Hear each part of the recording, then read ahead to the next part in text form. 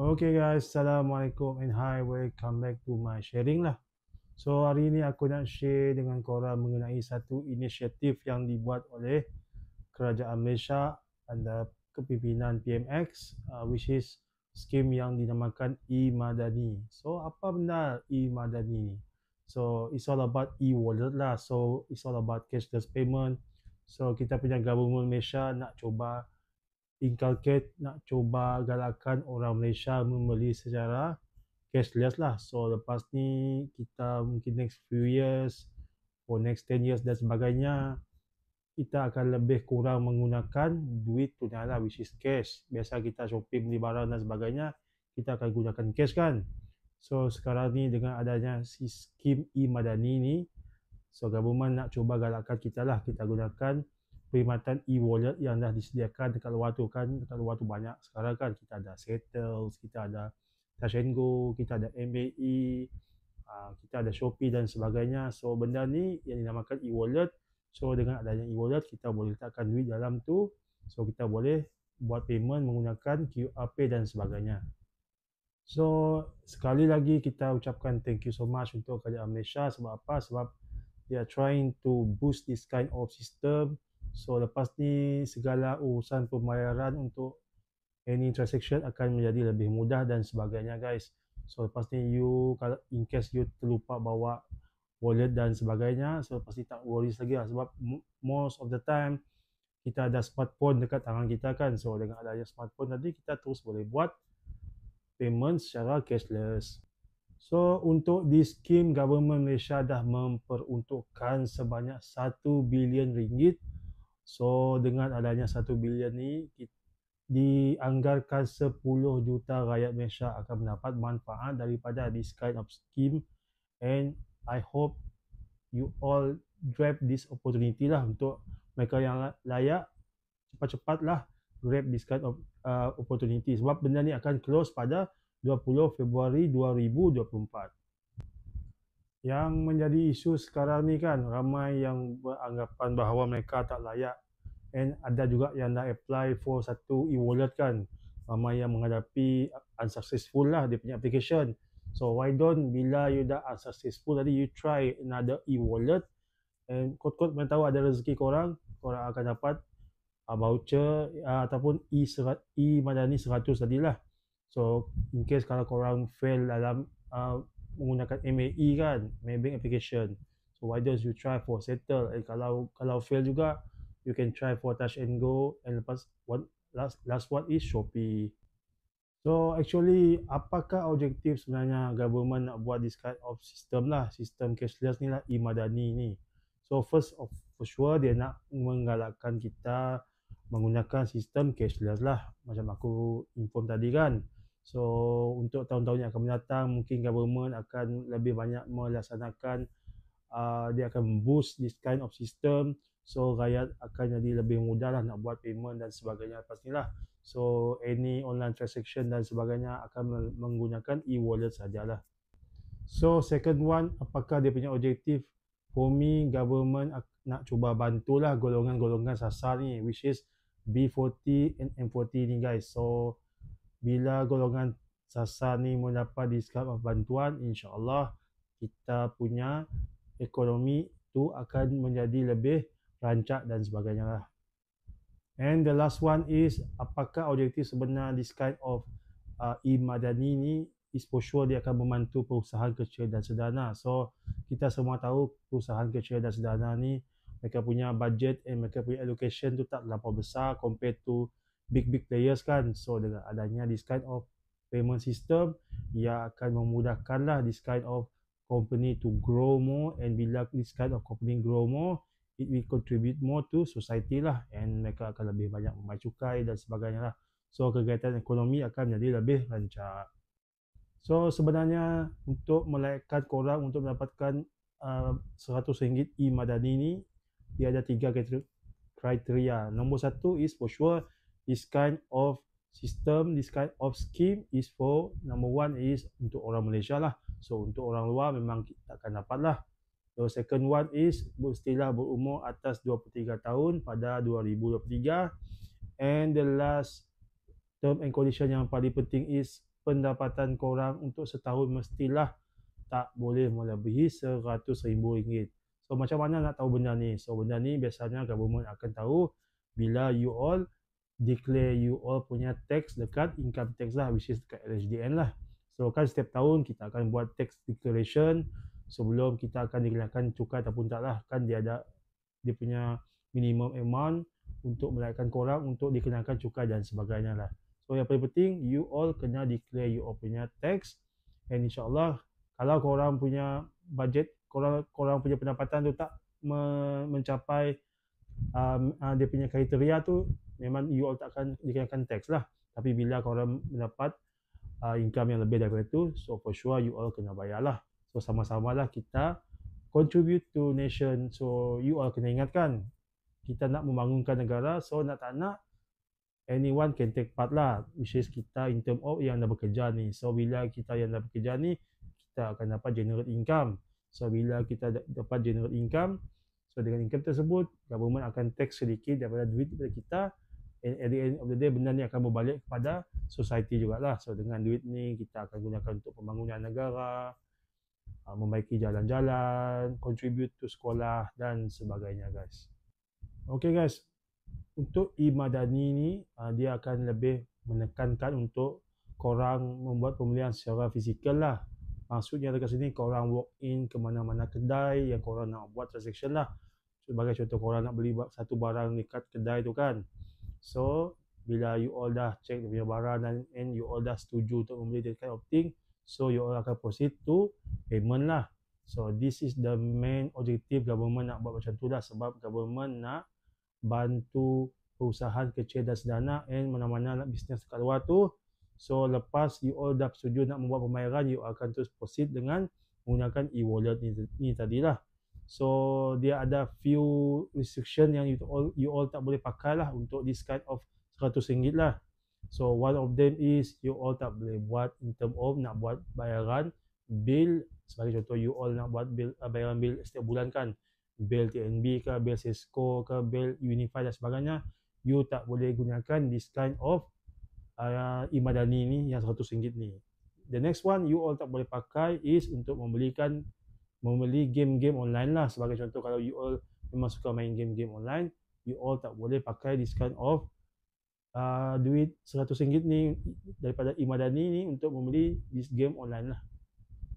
Okay, another restriction for this scheme is you all tak boleh membuat perpindahan antara peer-to-peer. Peer-to-peer ni means kalau you all nak buat perpindahan daripada, sebagai contoh, you nak buat daripada Settle, you nak transfer pergi ke Shopee, and you nak buat dari Shopee, you nak transfer pergi Touch and Go. So benda ni memang dihalang oleh government, sebab for sure this kind of scheme dia nak galakkan you all membeli secara fizikal.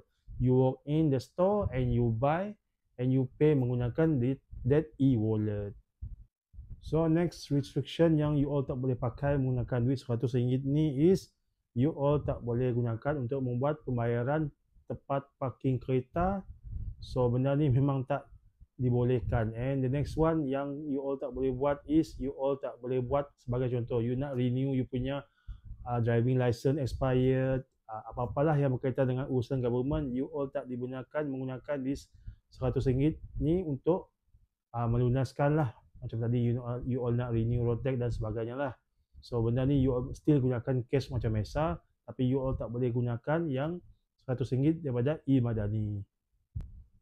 So the next one yang tengah viral juga sekarang ni, which is restriction yang tak boleh dibuat, is you tak boleh cash out this kind of scheme lah. So for sure mesti ramai yang beranggapan, macam mana aku nak keluarkan RM100 daripada this kind of e-wallet. Sebenarnya memang tak boleh, memang tak, government tak benarkan this kind of dia punya pengeluaran tunai lah. Sebab apa?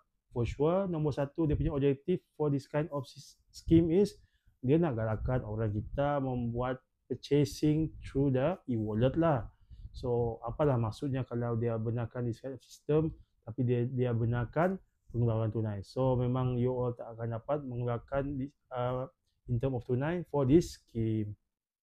Okay guys, satu lagi perkara you all tak boleh buat dengan e-Madani RM100 ni is you all tak boleh membuat reload untuk you all punya prepaid plan for your telco, and at the same time you all pun tak boleh buat bayaran bil untuk you all punya telco. Sebagai contoh, kalau korang ambil yang postpaid kan, dia government tak benarkan you all buat this kind of payment lah. Sebab apa? Back to our first objective tadi lah, dia nak kita contribute untuk buy dalam bisnes fizikal yang ada dekat luar tu. So kita support perusahaan yang ada dekat luar tu. Okay, the next one, restriction yang you all tak boleh buat dengan menggunakan e-Madani ni, RM100 ni, is you all tak boleh membuat investment menggunakan duit RM100 ni. Sebagai contoh, you nak gunakan this kind of RM100 tadi, you nak invest dalam, sebagai contoh, touch and go kan. So benda ni government dah buat restriction awal-awal. Sebab apa?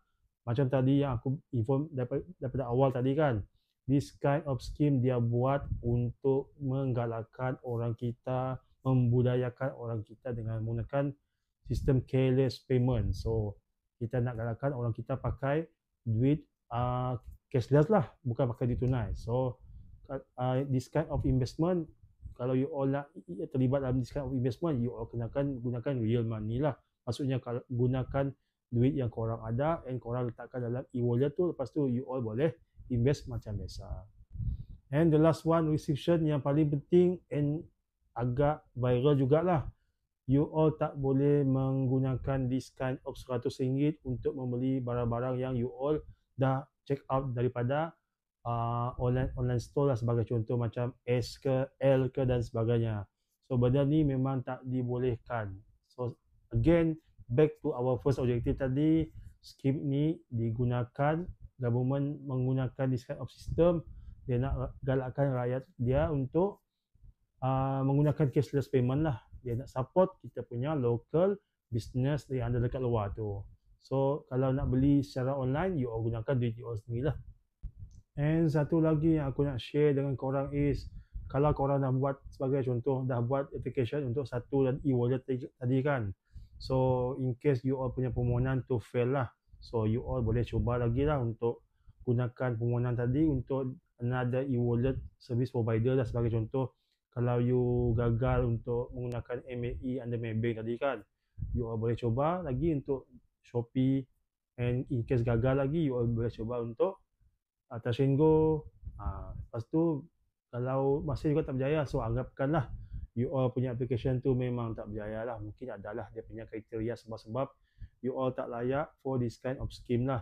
So back to basic, back to apakah fungsi this kind of scheme tadi is, dia nak bantu M40, NB40 sekadar untuk top up lah, untuk membantu mengurangkan bebanan bulanan dan sebagainya lah guys. So dengan bantuan 100 in term of e-Madani e-wallet ni, so insyaAllah dia akan mengurangkan sedikit lah bebanan golongan M40 and B40 ni guys.